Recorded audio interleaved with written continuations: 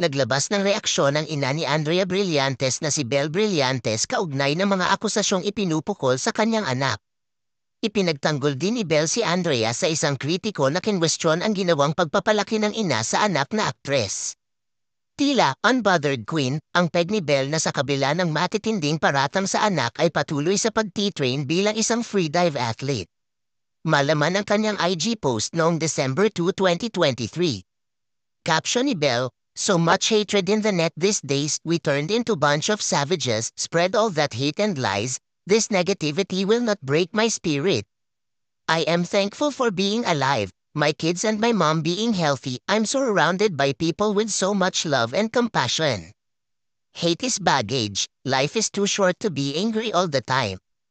I may not be getting the numbers that I'm aiming, but I shall compete again tomorrow. I will finish this competition."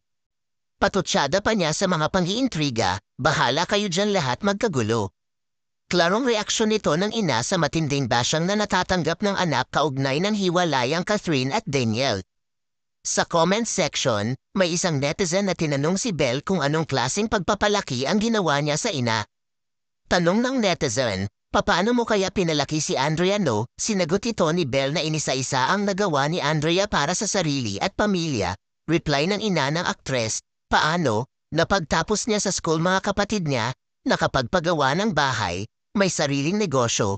Ikaw anong ambag mo sa mundo?" Nagsunod-sunod din ang iba pang hindi magagandang paratang ng netizens kay Andrea kaugnay ng breakup ng Kathniel. Tila burado na rin ang sagot ni Belle sa netizen.